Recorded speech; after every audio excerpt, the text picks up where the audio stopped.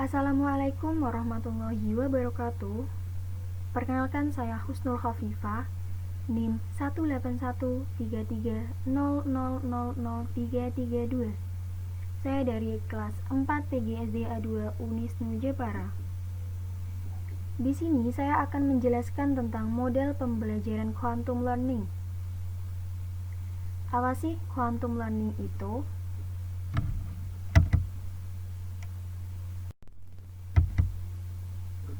Di sini ada 4 pokok bahasan mengenai model pembelajaran quantum learning.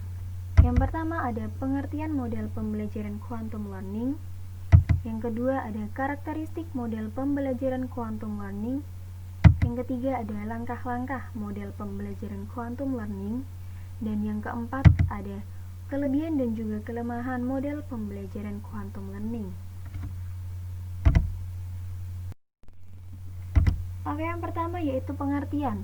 Nah, di sini saya mengutip dari beberapa tokoh para ahli. Yang pertama yaitu Bobby De Porter and Mike Hanaki. Ia mendefinisikan quantum learning ialah suatu kiat, petunjuk, strategi, dan seluruh proses belajar yang dapat mempertajam pemahaman dan juga daya ingat, serta membuat belajar sebagai suatu proses yang menyenangkan dan juga bermanfaat. Jadi, quantum learning ini adalah pembelajaran yang menekankan untuk memberikan manfaat yang bermakna dan juga menekankan tingkat kesenangan dari si peserta didik itu sendiri. Kemudian yang kedua yaitu menurut Cahyo tahun 2013. Ia mendefinisikan quantum learning ialah pengajaran yang dapat mengubah suasana belajar yang menyenangkan serta mengubah kemampuan dan bakat alamiah siswa. Nah, yang kedua yaitu karakteristik. Di sini ada beberapa karakteristik mengenai model pembelajaran quantum learning. Yang pertama yaitu berpangkal pada psikologi kognitif. Yang kedua, bersifat humanistik, yaitu manusia selaku pembelajar menjadi pusat perhatian. Yang ketiga, latar belakang musik klasik atau instrumental yang telah terbukti memberikan pengaruh positif dalam proses pembelajaran. Yang keempat, memusatkan perhatian pada interaksi yang bermutu dan juga bermakna. Dalam proses pembelajaran dipandang sebagai penciptaan interaksi-interaksi yang bermutu dan juga bermakna yang dapat mengubah energi, kemampuan pikiran, dan bakat alamiah si pembelajar menjadi cahaya yang bermanfaat bagi keberhasilan si pembelajar itu sendiri. Kemudian yang kelima yaitu menekankan kebermaknaan dan kebermutuan dalam proses pembelajaran. Dan yang keenam yaitu menyeimbangkan keterampilan akademis, keterampilan hidup, dan juga prestasi material. Selanjutnya yaitu langkah-langkah model pembelajaran quantum learning. Langkah-langkah dalam quantum learning dikenal dengan singkatan TANDUR. Apa sih TANDUR itu? Nah, yang pertama yaitu T, tambahkan. Di sini, guru harus mampu menumbuhkan minat belajar kepada peserta didik agar kemampuannya dapat meningkat dan mereka dapat mengembangkan pengetahuannya. Yang kedua yaitu A, alami. Dalam penyampaian materi pembelajaran, guru harus dapat memberikan contoh yang mudah dimengerti dan juga dipahami oleh si peserta didik. Kemudian yang ketiga adalah N, namai. Nah, dalam penyampaian materi yang jelas dan lugas akan sangat membantu peserta didik dalam memahami dan juga mengerti materi pelajaran yang diberikan. Nah, untuk mewujudkan hal tersebut, guru dalam menyampaikan materi juga harus menggunakan kata dan kalimat yang benar dan juga mudah dimengerti oleh si peserta didik, sehingga ia akan mudah untuk menerima materi pelajaran yang diberikan. Kemudian yang keempat yaitu D, demonstrasikan. Dalam menyampaikan materi, guru dapat menggunakan media atau alat peraga dengan maksud supaya peserta didik dapat dengan mudah memahami dan juga mengerti materi pelajaran yang telah diberikan. Nah, kemudian yang kelima adalah ulangi. Guru dapat memberikan ringkasan atau rangkuman materi pelajaran kepada peserta didik supaya dapat dengan mudah mengingat materi pelajaran yang telah diberikan.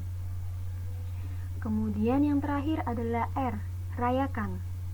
Nah, rayakan maksudnya adalah guru dapat memberikan penghargaan atau pujian kepada peserta didik atas segala usaha dan juga kerja keras mereka dalam menyelesaikan tugas yang telah diberikan, sehingga peserta didik merasa diakui setiap usahanya.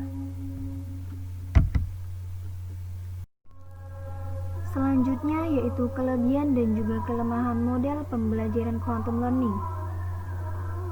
Nah, apa saja sih kelebihannya? Yaitu yang pertama, membiasakan peserta didik untuk melatih aktivitas kreatifnya sehingga peserta didik dapat menciptakan suatu produk kreatif yang dapat bermanfaat bagi diri dan juga lingkungannya. Contohnya, ketika di kelas, guru terbiasa mengajari peserta didik untuk selalu berpikir kreatif untuk menemukan hal yang baru.